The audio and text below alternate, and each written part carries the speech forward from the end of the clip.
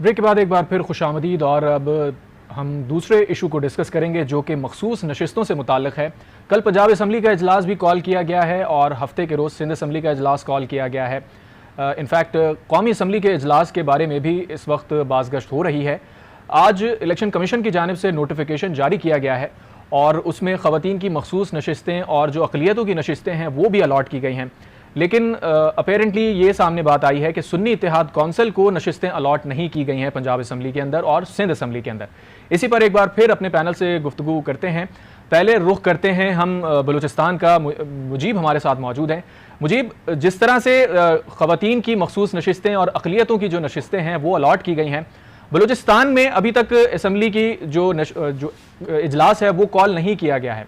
एक तो ये बताइएगा कि इजलास कब कॉल किया जाएगा और मखसूस नशिस्तों के ऊपर बताइएगा कि किस पार्टी को कितनी नशिस्तें मिली हैं। देखें, बलूचिस्तान असम्बली का इजलास बुलाने में एक ही कबाहत है, वो है वजीर आला का इंतखाब, और वो कर रहे हैं पाकिस्तान पीपल्स पार्टी ने। इस वक्त पीपल्स पार्टी की क़यादत और बलूचिस्तान के जो पार्लिमानी ग्रुप है उसके लोग इस्लामाबाद में मौजूद हैं, बिलावल हाउस में, और उनकी मुशावरत चल रही है। वहाँ पे मुख्तलिफ उम्मीदवार सामने आ रहे हैं। एक हल्के की ख्वाहिश है कि सरफराज बुगटी वज़ीर आला बलूचिस्तान हों, जबकि जो पार्टी के अहम रहनुमा हैं जिनमें नवाब सनाउल्लाह ज़हरी हैं, ज़हूर बुलेदी हैं, सादिक उमरानी हैं, ये भी इस उम्मीदवारों की फहरिस्त में शामिल हैं। लेकिन अभी हतमी तौर पर इसका कोई फैसला नहीं हुआ। सरफराज बुगटी से अभी मेरी बात हुई थी, उनका कहना था कि बहुत सारे नाम ज़ेरे गौर हैं, कोई भी अभी फाइनल नहीं हुआ, मुख्तलिफ तजावीज़ पर गौर किया जा रहा है, और जो भी फैसला होगा वो पार्टी के चेयरपर्सन आसिफ जरदारी और बिलावल भुट्टो की मशावरत के साथ होगा। जैसे ही वो होगा, बलूचिस्तान असम्बली का इजलास भी कॉल कर लिया जाएगा, क्योंकि यहाँ पे जो पोजीशन अब वाज़ेह हुई है कि बलूचिस्तान असम्बली में 13 नशिस्तें थी मुस्लिम लीग नून की और 13 ही नशिस्तें पीपल्स पार्टी की थी। इनको जो मखसूस नशिस्तें हैं ख़वातीन की, वो 3-3 अलाट हो गई हैं, और अब ये दोनों जमातें 17-17 के साथ टॉप पर हैं, और इसके बाद इनकी तादाद हो गई है 34। और बलूचिस्तान के जो 65 का आह्वान है उसमें 33 की जरूरत होती है हुकूमत साजी के लिए। तो अब ये दोनों मिलके ही आराम से हुकूमत बना सकते हैं, इनको मजीद किसी की जरूरत नहीं है कि JUI उसमें शामिल हो या कोई और हो। इसी वजह से कोई खास कोशिश नहीं की गई JUI को साथ लाने की। दूसरा मसला ये है कि अगर किसी और पार्टी को भी शामिल करेंगे तो 18वीं तरमीम के बाद यहाँ पे जो वजारतें हैं उनकी तादाद कम हो चुकी है, 15 से ज्यादा वजीर मुशीर नहीं हो सकते। इसलिए दोनों पार्टियां नहीं चाहेंगी कि वो अपने हिस्से में से किसी और को दें। अलबत्ता BAP के लोग ख्वाह हैं कि वो हुकूमत में शामिल हो जाएं, उनकी मुशावरत भी चल रही है नून लीग के साथ भी और पीपल्स पार्टी के साथ भी।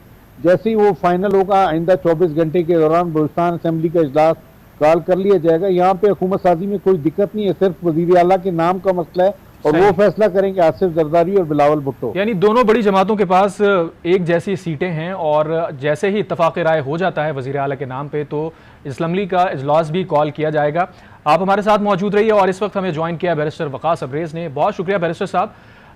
मखसूस नशिस्तों के ऊपर हम गुफ्तगू कर रहे हैं। पंजाब के अंदर और मुल्क की दीगर असम्बलियों के अंदर मखसूस नशिस्तें और अक़लियतों की नशिस्तें दी जाती हैं।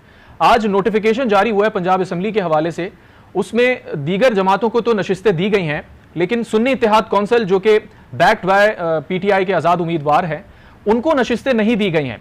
तो आप क्या समझते हैं, ये आगे जाके कोई कानूनी मसला बनेगा, दोबारा से आईनी मसला पैदा हो सकता है? देखिए जी, आज से 4 या 5 रोज कबल मिनिस्टर गौर भी एक प्रोग्राम में हम भी इस पे डिस्कशन कर रहे थे महसूस नशिस्तों के हवाले से। उस दिन भी मेरा पॉइंट ऑफ व्यू इस चीज के हवाले से बड़ा क्लियर था कि PTI जो है बाहसीयत जमात, इनसे सिंबल तो वापस ले लिया गया इलेक्शन एक्ट 2017 के सेक्शन 209, 16 और 17 के तहत। लेकिन एट द सेम टाइम जहां तक PTI की एग्जिस्टेंस की बात है, बतौर जमात PTI जो है that is registered with election commission of Pakistan. जो 162 से ये 168 जमातें इलेक्शन कमीशन ऑफ पाकिस्तान के साथ रजिस्टर्ड है, उसके अंदर ये इनलिस्टेड पार्टी है।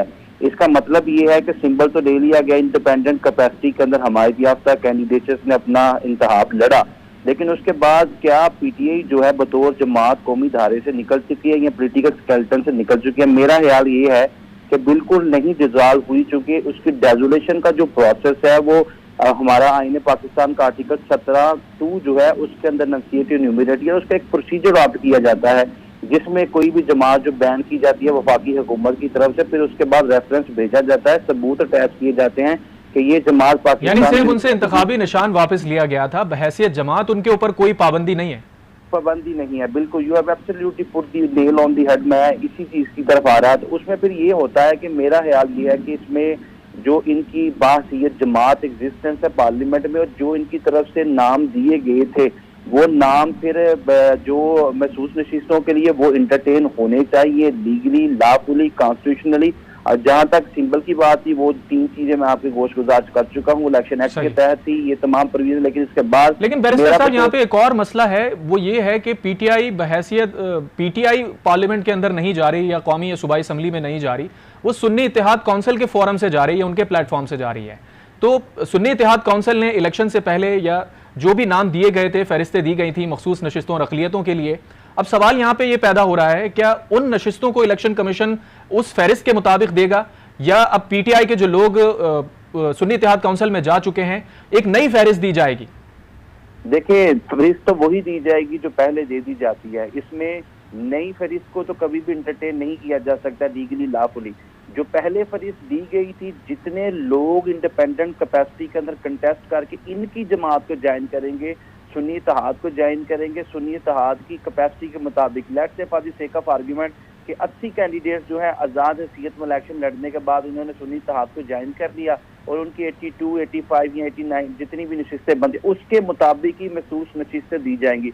272 के साथ आपने 70 के हिस्से को अटैच करना है, तो अगर थर्ड हिस्सा इनके हिस्से में आता है तो अल्टीमेटली 30, 31, 32 या 28 जितनी भी नशिस्तें बनेगी उनको दी जाएंगी, क्योंकि लोगों ने इनको ज्वाइन कर लिया जिन्होंने इंडिपेंडेंट कैपेसिटी के अंदर इंतखाब लड़ा था। तो मैं बतौर स्टूडेंट ऑफ लॉ ये समझता हूँ कि जो इनकी तरफ से लिस्ट पहले दी गई थी उस लिस्ट को इंटरटेन किया जाएगा। किसी भी सूरत में पीटीआई की तरफ से दी गई कोई लिस्ट उसको इंटरटेन नहीं किया जा सकता, ना ही नई किसी लिस्ट को इंटरटेन किया जा सकता। इस हवाले से इलेक्शन एक्ट 2017 बड़ा क्लियर है, आईन पाकिस्तान बड़ा क्लियर है।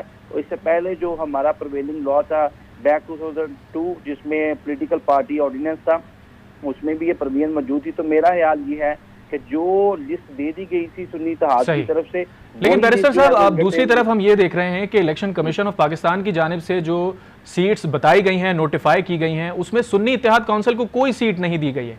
इसकी वजह आप क्या समझते हैं? एक तरफ तो कानूनी प्रोविजंस मौजूद हैं, आईनी प्रोविजंस मौजूद हैं, लेकिन फिर भी इलेक्शन कमीशन ने उस पर अमल नहीं किया। आप क्या समझते हैं? देखिए, हमने माजी करीब के अंदर भी और माजी बाईस के अंदर बहुत सारी ऐसी प्रेजुडिस, बाइस और पार्शियल जो है वो प्रोसीडिंग्स देखी from the side of ECP.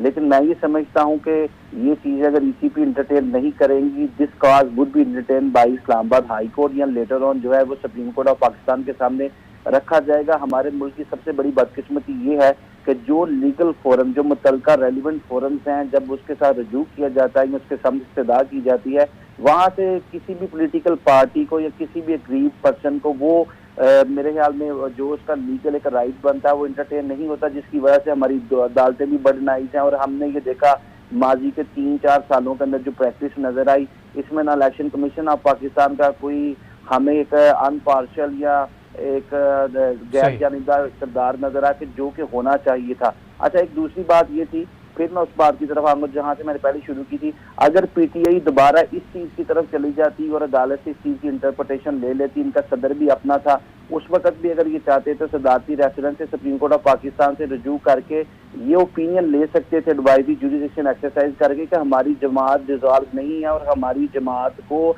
जो असेंबली के अंदर जो है। लेकिन बैरिस्टर अली जफर ने इस हवाले से बताया भी था प्रेस कॉन्फ्रेंस में कि हम इसके ऊपर जाएंगे, और सलमान अकरम राजा ने भी इसके ऊपर बात की थी कि हम बहैसियत जमात तो डिसॉल्व नहीं हुए, हमारे ऊपर कोई बैन नहीं है। इस पर मजीद भी बात करते हैं। बैरिस्टर साहब, आप हमारे साथ मौजूद रहिए। सलीम शेख, आप इस सूरत हाल को कैसे देख रहे हैं? इलेक्शन कमीशन ऑफ पाकिस्तान ने सुन्नी इत्तेहाद काउंसिल को मखसूस नशिस्तें अलॉट नहीं की गई हैं। सुन्नी इत्तेहाद काउंसिल की जानिब से ये मौक़िफ़ इख्तियार किया गया है कि वो पंजाब असम्बली के कल होने वाले इजलास में ज़रूर जाएंगे और जो भी मामलात हैं उन्हें कानूनी तौर पर अब लड़ा जाएगा, अदालतों की तरफ वो रुख करेंगे, वो ये ऐसा कह रहे थे। आप कैसे देख रहे हैं इस सूरत हाल को? देखिए, जिस तरह अभी ये बैरिस्टर साहब फरमा रहे थे, इनका कहना बिल्कुल दुरुस्त है कि कोई भी पार्टी जो अपनी फहरिस्त साथ देती है उसके मुताबिक ही जो है वो उनको नोटिफिकेशन हो सकता है और बाद में कोई फहरिस्त जो है वो इंटरटेन नहीं हो सकती। अब देखना यह है कि सुन्नी इत्तेहाद कौंसिल ने कितनी रिजर्व सीटों पर जो है वो अपनी ख़वातीन के नाम दिए हैं, वो तो मेरा ख्याल है कि इलेक्शन कमीशन को इंटरटेन करना चाहिए और नोटिफिकेशन करना चाहिए। लेकिन अगर सुन्नी इत्तेहाद कौंसिल ने किसी खातून का नाम नहीं दिया तो फिर कानून के मुताबिक, क्योंकि जो भी रिजर्व सीट के लिए कागजात जमा होते हैं उन्होंने भी अपने गोशवारे जमा करवाने होते हैं और तमाम जो डॉक्यूमेंट्स हैं वो इलेक्शन कमीशन को देने होते हैं। तो लिहाजा वो नहीं दिए तो इसका मतलब है कि उन्होंने इलेक्शन के प्रोसेस में नहीं आए।